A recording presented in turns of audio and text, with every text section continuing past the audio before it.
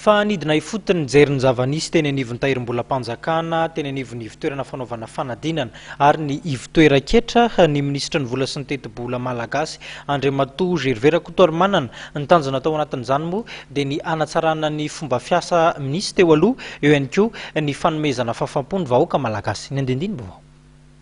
Niroso tamin'ny fitsidiana tampoka ireo sampandrara maro samihafa anivon'ny ministera sahany ny Andriamatoa Rakotoarimanana Gervais, ministra ny vola sy ny teti-bola.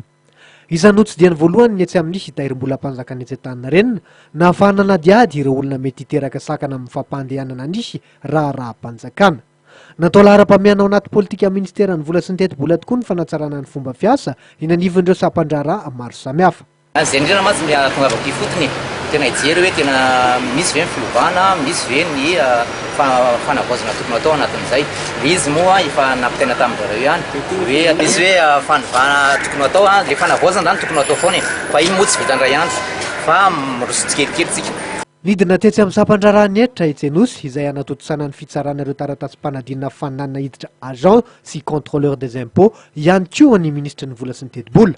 Notsindriny ny mahazava-dehibe ny ady amin'ny kolikoly sy ny fisiny mangarahara. Resaka hoe rehefa mivoaka ny résultat hoe zao indray ny zavatra nisy teo, zao ny zavatra nisy teo. Ka izay indrindra ny tiako hatongavana eto hijerevana tsara hoe manahoana le procédure arahana zany mba azahoana hoe manazava ny sain'ny olona zany mikasika an'ilay izy sy mirassuré ihany koa. Namarina ny fitsidihan'ny ministra ny vola sy ny teti-bola Andriamatoa Rakotoarimanana Gervais ny fitsidiana ny sampandrara fandraisana hetra etsy Tsimbazaza. Tena tiako hatongavana zany hijery fotsiny tokoa ohatran'ny efa nataoko teo aloha ihany ny mahakasika indrindra izay hoe fandraisantsika ny olona mandoa hetra zay zany hoe mba voaray ara-dalàna izy ireo dia mba hijerevana ihany koa hoe inona ny olana maro samihafa atrehana manoloana an'izay.